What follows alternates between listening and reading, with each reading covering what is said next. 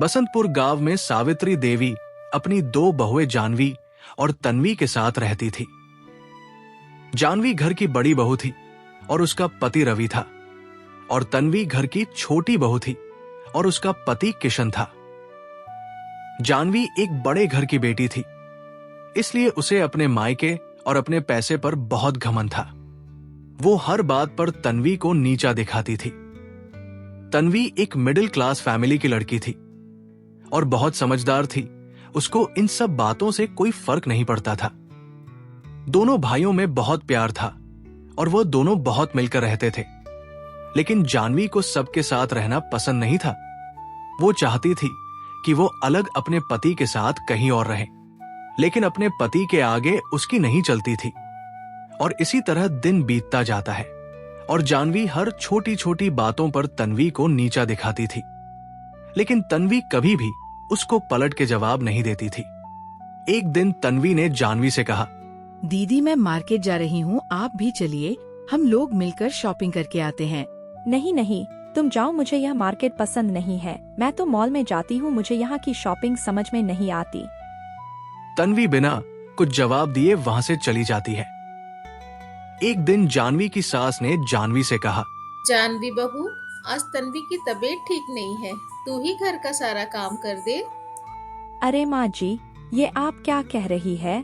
आपको तो मालूम है मुझे काम करना नहीं आता। मेरे मायके में तो 4-5 नौकर है, मुझे कभी भी काम करने की जरूरत ही नहीं पड़ी। मैं यहाँ काम कैसे कर सकती हूँ?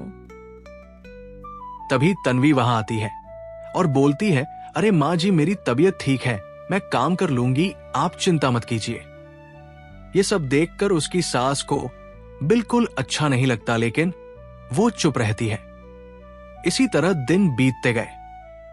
एक दिन जानवी के पापा को बिजनेस में बहुत घाटा होता है और उनका सब कुछ चला जाता है।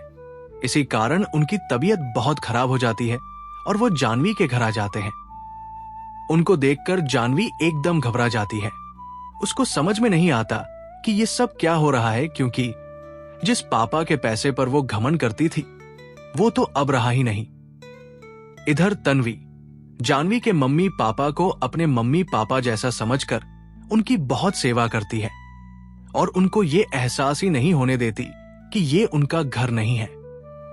ये सब देखकर जानवी को अपने किए हुए बर्ताव पर बहुत शर्मिंदा होती है और उसे लगता है, मैंने तो आज तक तन्वी के साथ कितना गंदा बर्ताव किया, फिर भी वो मेरे मम्मी पापा के साथ कितना अच्छा बर्ताव कर रही है।